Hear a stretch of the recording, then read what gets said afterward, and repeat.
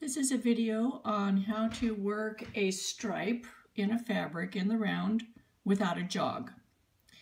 We have an example here of a piece in process, and this is a stripe worked in the round, but it does have a jog. You can see the jog here and here.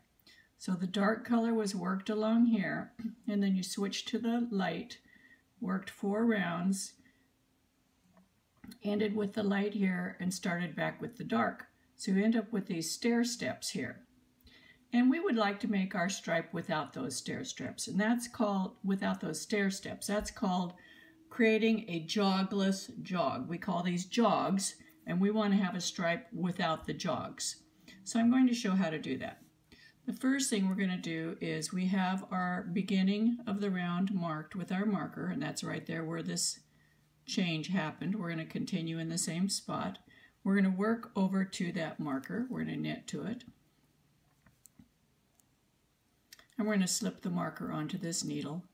And we're going to trim this end of the colored yarn because we're not going to carry the yarn up the work. Now we're going to pick up the white yarn and continue on. We're just going to start knitting with it.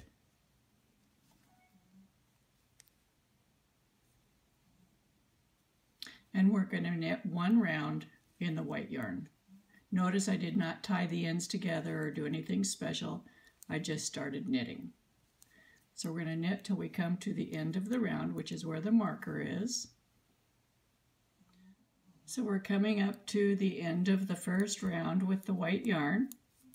We'll continue knitting until we get to the marker.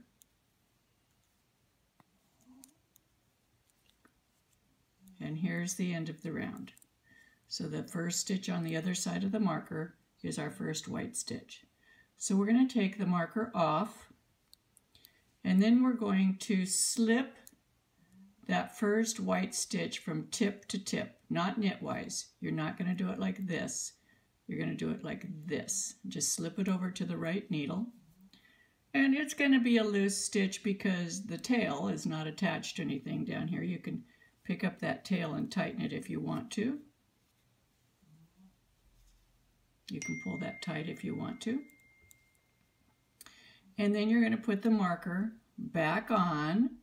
We've moved the marker over 1 stitch now, and you're going to continue knitting this round until you come to the marker again. And here we are coming up on the marker of the second round of the white.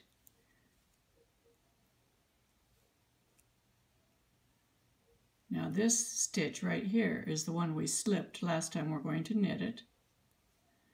Now we've completed 2 rounds of the white. We're going to go ahead and do 2 more rounds, and again this first stitch is kind of loose. That's okay because that's the tail. We can just reach in there and grab that tail and tighten it up, which we will be adjusting when we weave in the tails, which is a very important part of doing the jogless jog. So just continue, you slip the marker, you don't move it 1 stitch this time, you just slip it straight over, and we're going to knit 2 more rounds in the white yarn. Okay, we are finishing the 4th round, and you can see we have 3 stitches here and 3 stitches here, and on the other side of the marker there's 4. 1, 2, 3, 4. Remember, this is the first one that we put on of the white, and we slipped it. That's why there aren't 4 in this column, is because it was slipped. And that's why we moved the marker over 1, because when we come back to this stitch, the first column that we slipped, we're going to knit it now, and that's what makes that 4th stitch in that column. So now we're going to slip the marker again, just slip it straight over. And we're going to clip the white yarn, and we're going to take up with the dark yarn again. We're just going to start knitting.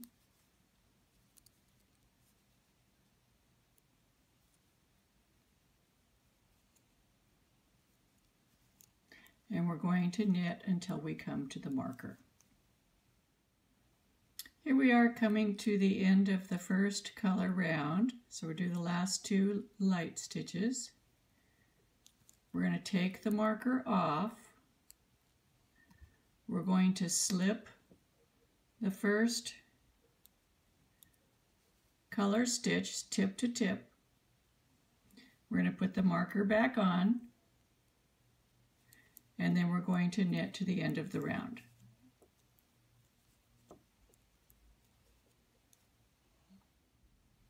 And here we are coming to the end of the second color round. Now you can see these stitches where we're doing the slipping and cutting the ends and stuff are all sloppy and wonky, but those won't stay that way long because we're going to weave in the ends.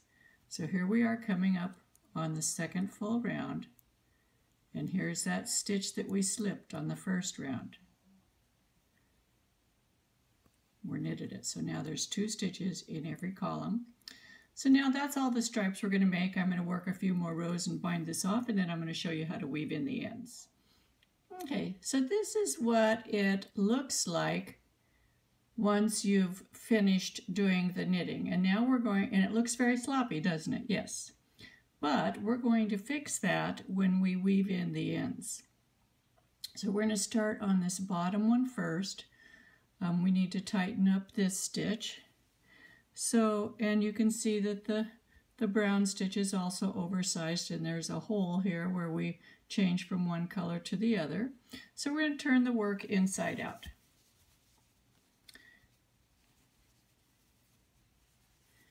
And we're going to deal, get it flat here so it'll lay down. Okay, we're going to deal with the bottom one first, the top one second. This one's second, this one's first. So we've got our stitches here,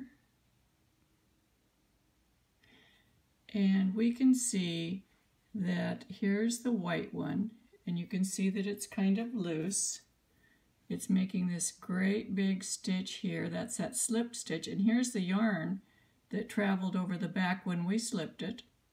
Here's the brown stitch. You can see it's also loose. So we're just going to tighten them up until they look like they're about the same tightness as the surrounding stitches. Just doing that makes a big improvement. See that? Now we need to really look at this. I'm going to magnify it a little bit so that you can see it better.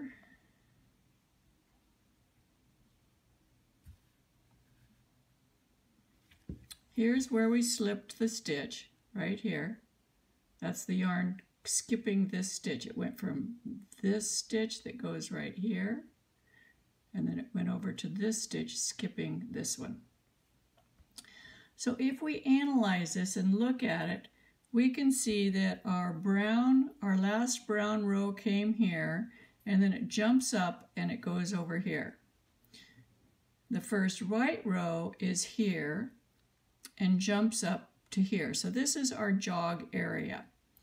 And we want to adjust that so that the brown comes down and the white goes up. Now, how should we do this? Should we cross the threads like that and do it? Or should we keep the brown above the white and try it that way? This is kind of counterproductive. We need to keep the white, since the brown is lower, this is the brown and this is the white, we need to keep the white above the brown. And that will pull the white up and pull the brown down. So this is how we're going to do it. We're going to start with the white strand and put it on our tapestry needle. And also we know the white was coming from here, so we need to weave it in going in that direction. The brown's coming here, it needs to weave in going this way. We're going to weave in the white over the white. Here was our white stitch that is attached to the yarn. That was our first white stitch. We're going to come right over here and we're going to weave it in using duplicate stitch right over this exact same white strand here. So we're just following the white over the white, and we pull it in about the same tightness as the underlying fabric that we're duplicate stitching over. And 2 stitches is enough. You can do 3 if you want. but I'm just going to do 2. And you pull it through. Don't cut the end yet because we want to make sure it looks good on the other side. Now we've got the brown. We're going to work with it next.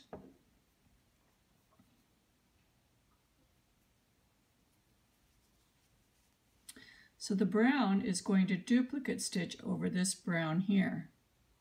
Pull our stitch down. Excuse me.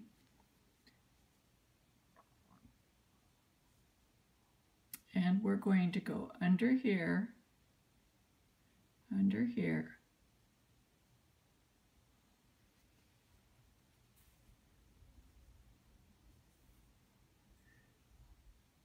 Pull it about the same tightness as the underlying fabric.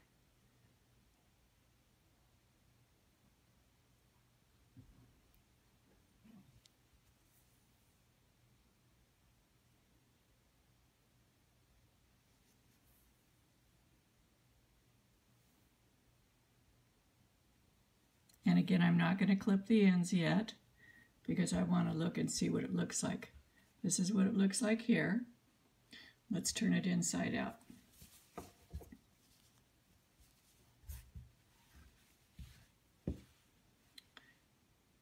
Here's our jogless jog right here. It's pretty much going straight across. So let's do the second one, this one up here.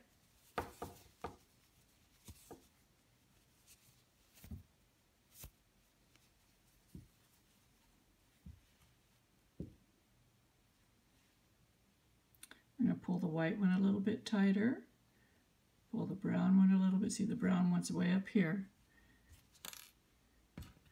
Here's where the brown one is. See that? So watch it when I pull it. I'm going to pull it down so it's just the same tension as the surrounding fabric.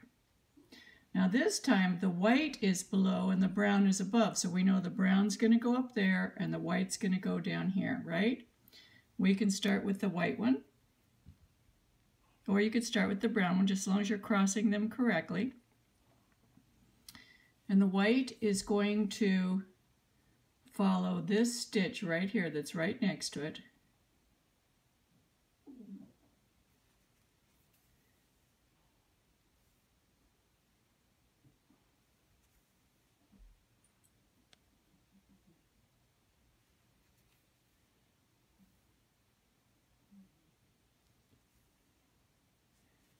And then we're going to do the brown.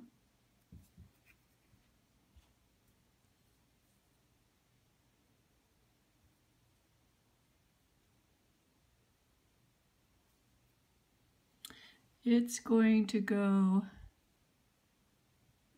up here. It has to move up, so it's going to go right here.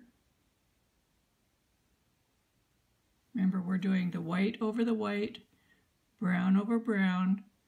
That's what helps conceal the jog.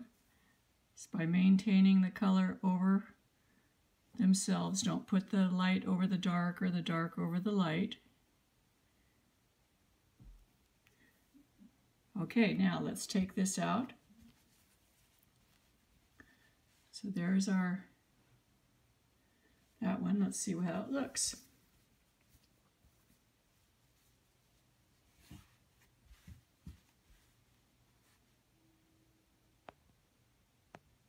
Let's shrink this back down again. See if we can get it small. Come on. Okay. Here's our jogless jog. See the difference? Looks pretty good. When that's blocked, it'll look pretty darn good. Almost perfect. You can use your tapestry needle if you want. Like here, I'd fix this little spot here. You can just use your tapestry needle and move those yarns around if you want them a little bit better. That's Jogless Jog. Happy knitting!